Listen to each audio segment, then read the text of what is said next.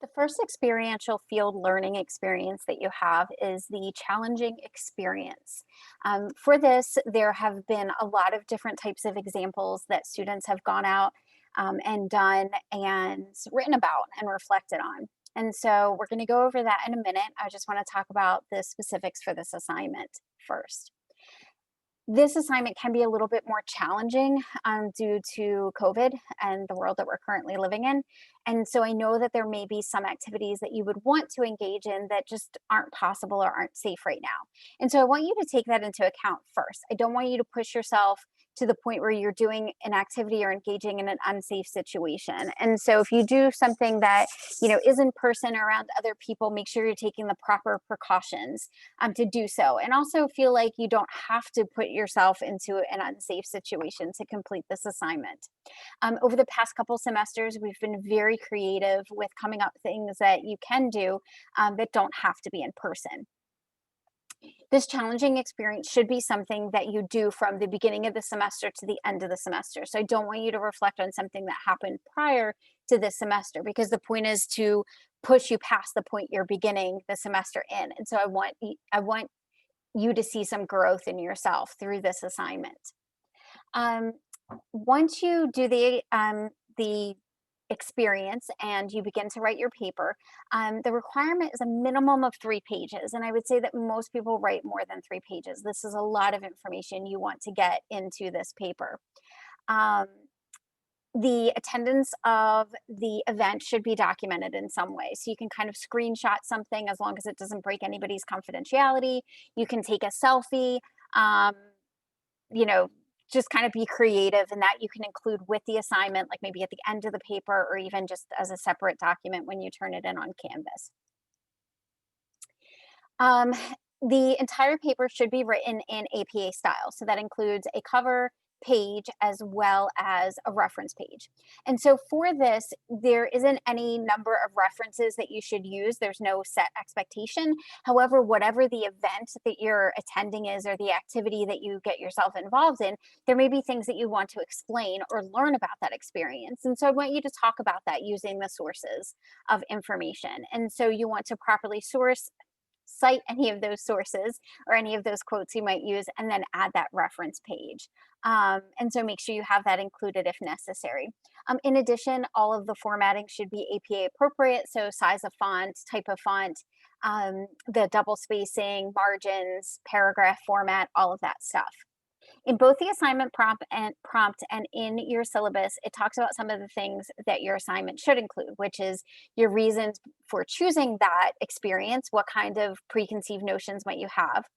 Second is describe the actual experience and you engaging in it, identify and analyze your reactions in the moment.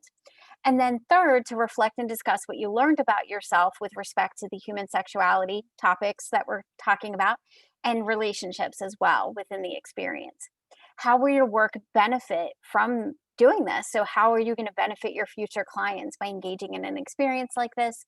In what ways have you recognized that you need to continue to grow? And so, some challenging experiences that you'd want to do in the future, especially if there are things that you couldn't do because of COVID and safety precautions. What else? What else do you want to do? And any outstanding questions that remain for you after you've completed this activity or things that you want to continue to learn about. However, when you look at the assignment prompt itself on Canvas, there is a rubric included. So I want to get to that so that I can, of course, logged me out right now. So I want to talk a little bit about the rubric to make sure that you're looking into that to get all of the components of the paper included so that you earn all of the points that you need for that assignment. So let me go to that. Okay. So on the rubric, you'll see that the 200 points are broken up between experience, which is 60 points. And so that's selecting an experience that truly does challenge your current views, perceptions, beliefs, or behaviors related to human sexuality. And so you would express that by talking about your reaction, your reflection, and your discussion in the paper. So why you chose it, what kind of internal experience you had by doing that activity, and things like that. The second criteria is worth 30 points. That's actually describing what the activity was and what you were doing in the activity and all of that kind of stuff. And so about half a page to 1 page should be focused on that. Next is another 30-point area, the reaction analysis. So identified and analyzed your personal reaction to the experience in at least 1 page. So I want to really hear a lot about, um, you know, what kind of beliefs and values may have been challenged. Where did your beliefs and values kind of rub up against the idea of engaging in something like this, and where kind of you end up after the experience. Next is worth 40 points. That's a reflection and discussion, and so that's reflected and that you reflected and discussed intrapersonal lessons learned from the experience related to human sexuality and relationships. And then finally, 40 points is for the APA formatting, which is all included in there that I've already discussed. And so that totals up to your 200 points. You want to make sure that all of those areas are well covered. Make sure that you proofread your paper before you submit it. And that is pretty much it. I did mention at the beginning of this video that this is your first field experience. This is actually the second one you're going to be doing for this semester. Again, you can do it at any point during the semester, but it is the second experiential learning activity that is due. And so let me know if you have any questions about this assignment.